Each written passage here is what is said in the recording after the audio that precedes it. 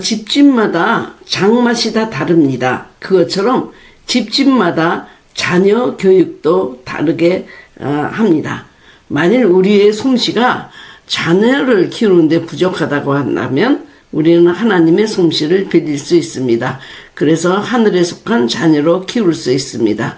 우리 하늘에 속한 자녀로 키우기 위한 그 방법 한번 시작해 보도록 하겠습니다. 자녀 교육의 목표는 무엇일까? 사실 자녀가 누구인가를 이해하고 자녀를 왜 우리에게 맡기셨는지 하나님의 목적을 안다면 자녀들을 세상적으로 키우지 않았을 것입니다. 자녀들을 내 것이다 라고 생각하고 내 방식대로 내가 원하는 목표의 자녀들로 만들기 위해 노력해 왔습니다. 하지만 가장 중요하게 놓친 것은 자녀들의 인성, 신앙생활을 등한시하고 키웠다는 것입니다. 말씀대로 양육하였다면 예방과 교정이 적절하게 적용이 되었을 텐데 수평적인 가치로 키우다 보니 지금 교정할 수 없는 현상까지 오게 된 겁니다. 하늘에 속한 아이, 믿음의 상록수, 수직적 문화의 아이, 신령한 성전의 아이, 믿음의 꿈나무 등 여러 주제로 제가 부흥회와 가정 세미나를 많이 인도해 왔습니다. 그리고 성령님의 솜씨로 자녀 키우기 등 내가 못한다면 성령님의 솜씨를 빌려서 하나님이 기뻐하시는 맛있는 자녀, 멋있는 자녀로 키우도록 도와왔습니다. 그것은 저희 아버지가 남겨준 큰 유산이었습니다. 한 여성이 변화되면 가정이 변화되고 가정이 변화되면 온 사회가 변화된다. 세상이 변하기 위해 위대한 정치가 위대한 부흥사가 필요한 것이 아니고 한 기도하는 여성이 가정에 필요하다. 나는 너를 통해 세상을 변화하는 꿈을 꾼다. 는 말씀을 수시로 하셨고 목사가 되기 전에 먼저 인간이 되라. 인격적 인간이 되라 하면서 신학생들에게 간곡하게 당부하시기도 하셨습니다.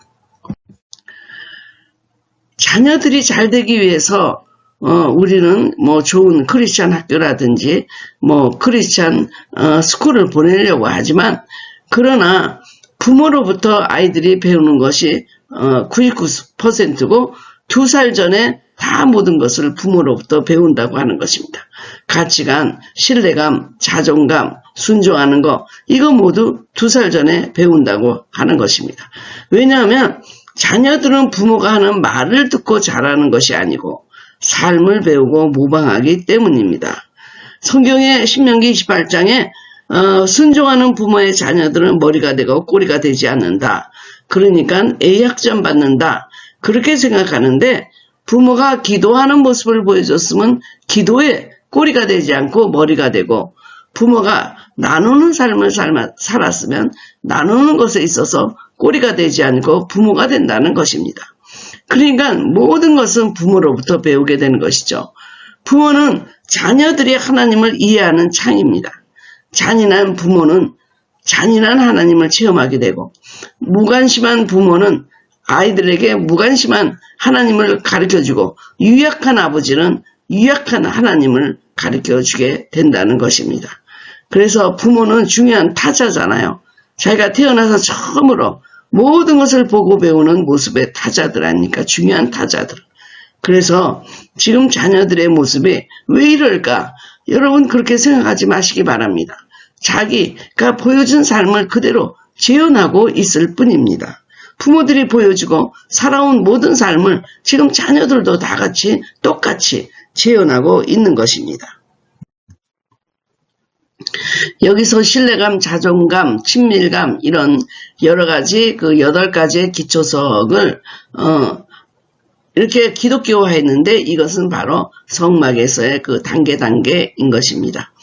그래서 우리가 자녀 교육이 가정마다 장맛이 다 다르듯이 교육 방향이나 철학과 가치가 다르지만 그러나 모든 교육의 원리는 성경에 뿌리 내리고 있어야 됩니다. 말씀으로 양육한 자녀들 2살 전에 이미 그 거룩을 체험한다는 것입니다. 그 부모의 품에서 믿는 부모, 사랑하는 부모에게서 하나님을 체험하게 된다는 것입니다. 아이들은 그 거룩을 부모의 가슴에서 체험하게 된다는 것입니다. 그런데 그런 걸 가르쳐 주지 않고 수평적인 세상적 가치에 노출되니까 좀 더 높이, 좀 더 많이 가지고, 좀 더 인기를, 좀 더 명예를, 좀 더 많은 공간을 차지하고, 라는 이런 세상 가치를 따라 살기 때문에 결국 인생에서 실패하고 마는 것입니다. 주님은 우리에게 하늘로부터 내려오는 수직적 가치 위에 자녀들의 인생을 건설하라고 말씀하셨습니다. 자녀들은 성공해야 되는 것이 아니고 승리해야 되는 인생을 살아야 되는 것입니다.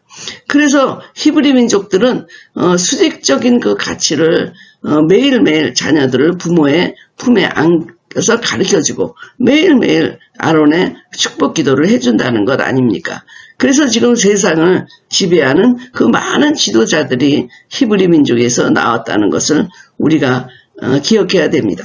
제6일의 가치, 이 사회, 그 세상적 가치가 아니라 제7일의 가치, 주님과 대면하는 그 가치 안에서, 그 시간에서, 영원한 시간에서 주님을 만나면서, 사는 인생은 전혀 다르다는 것입니다. 그게 2살 전에 다 이루어진다는 것입니다. 수평 문화는 어떤 것입니까? 똑같아지겠다는 문화, 더 많이 가지겠다는 이기적인 문화, 비교 문화입니다.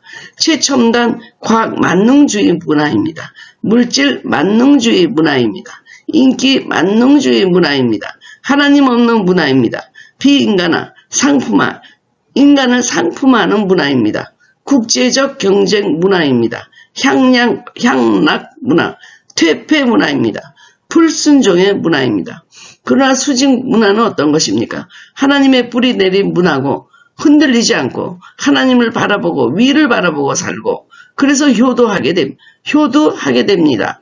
말씀에 나오는 가치대로 사는 문화, 생명의 영성을 가진 문화, 은혜의 양육을 하기 때문에 존재의 관심, 사랑과 은혜를 체험하고 진리의 양육, 행동에 관심을 갖기 때문에 의로 교육하고 생명의 양육은 열매에 관심을 갖게 되는 그런 은혜, 진리, 생명의 양육 방법이 달라서 그들은 다르게 살게 되고 말씀의 가치로 승리, 하나님을 예배하며 남을 섬기고 영혼을 바라보며 이 땅에서도 천국을 누리는 그 천국의 가치를 갖고 사는 문화입니다. 기능적으로 키우는 것이 아니라 전인격적으로 키우자. 저희 어머님도 제가 그 이화여고에 가서 카운슬링을 하게 됐을 때 너도 인격이 준비되지 않았는데 어떻게 그 아이들을 네가 지도하려고 하느냐 하면서 참 걱정하셨습니다.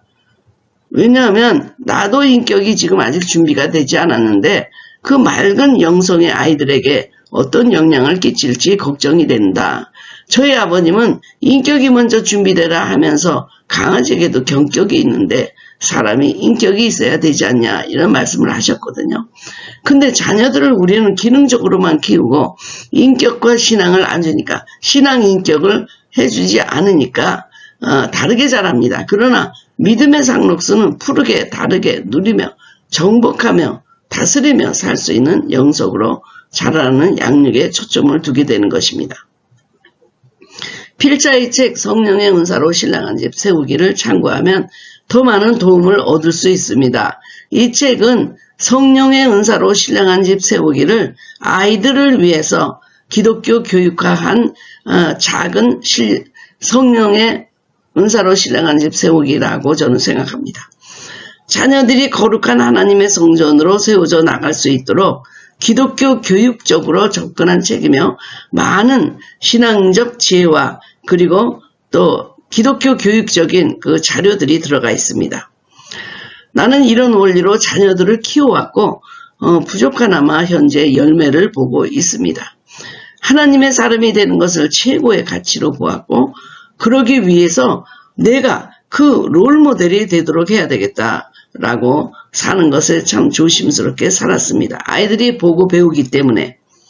그래서 저는 항상 마루에서 기도했는데 아이들이 이 기도하는 삶을 보라고 저는 마루에서 기도했습니다. 하도 길게 기도하니까 애들이 어디 나가려고 하면 엄마 몇 시에 기도가 끝나? 엄마가 나를 자동차로 데려다 줘야 되는데 늦지 않을까? 하고 기도 시간을 애들이 제한할 정도였습니다.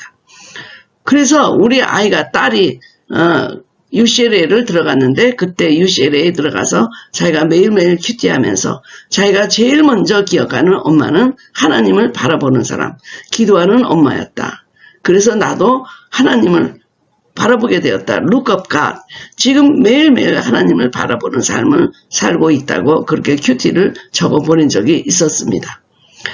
그렇다고 우리 아이들이 완벽하게 자란 것은 아닙니다. 참으로 힘든 과정들이 많았고 또 사춘기를 지나며 방황하고 그런 것들이 10년, 15년씩 계속되었는데 저는 기도했습니다. 하나님 이들을 3년간 정말 어머니로서 내가 섬기며 기도해주며 그 아이들이 풍성한 가정의 사랑을 느낄 수 있도록 해달라고 기도해서 3년 또 지나서 안 되니까 또 3년 이렇게 기도하며 교정하는 시간을 가져서 지금은 제자리로 저는 돌아오고 있다고 저는 생각합니다. 그렇기 때문에 자녀들이 좋은 교육을 받고 좋은 직장을 간다고 해도 하나님의 성전으로 건축이 되지 않는다면 주님은 그 자녀 가운데 거하실 수가 없습니다. 오로지 한 가지 목표, 그것은 자녀 가운데 하나님이 거하실 수 있는 거룩한 처소로 자녀들을 세워서 사회에 내보내야 되는 것입니다. 이 목표가 이루어질 때 자녀들을 부모에게 맡기신 주님의 명령에 순종하게 되는 것이며 하나님을 위한 존재, 하나님을 위하여 예배드리는 존재로 다시 되돌려 드리는 것이 되는 것입니다. 시편 127편에 있는 말씀처럼 관역으로 주님의 목표로 다시 돌려드리게 되는 것입니다. 그렇게 되므로 하나님이 진정으로 원하시는 꿈이 이루어지는 것입니다. 자녀들을 통하여 영광 받으시고 찬양 받으시고 예배 받으시는 꿈을 이루시는 것입니다. 자녀들 각자가 하나님의 성전으로 세워져서 걸어다니는 교회 예배자가 된다면 하나님은 더 이상 기쁘실 수가 없을 것입니다. 자녀들이 하나님에게 뿌리를 내리지 않고 수평 문화에 먼저 젖어 있으면 그 인생은 파도가 출렁거리는 인생으로 살아가게 될 것입니다. 수평 문화는 하나님 없는 문화를 의미합니다. 뿌리가 없는 문화, 자기 의식과 전통을 벗어난 문화를 의미합니다. 다시 말하면 표면적 문화라고 볼 수 있습니다. 어떤 가치도 없이 떠돌아다니는 문화로서 불안하고 중심이 없는 문화입니다. 그러나 지금 우리 아이들이 너무 깊이 아주 가까이 모두에게 젖어있는 세속 문화이기도 합니다. 나는 최근에 아들로부터 어머니는 참 겸손하고 관대한 분이다. Humble and generous 라는 말을 들었을 때 너무 감격하였습니다. 제가 너무 평생 교만하여서 겸손을 가장 큰 덕목으로 삼고 있었는데 가장 가까이 있는 아들에게서 그 말을 듣고 너무 감사하고 감격하였습니다. 붕해를 잘 인도하는 어머니다. 설교 잘하는 어머니다. 성경을 잘 가르치는 어머니다. 이 얘기보다도 겸손하고 관대하다고 말했을 때 더 기뻤습니다.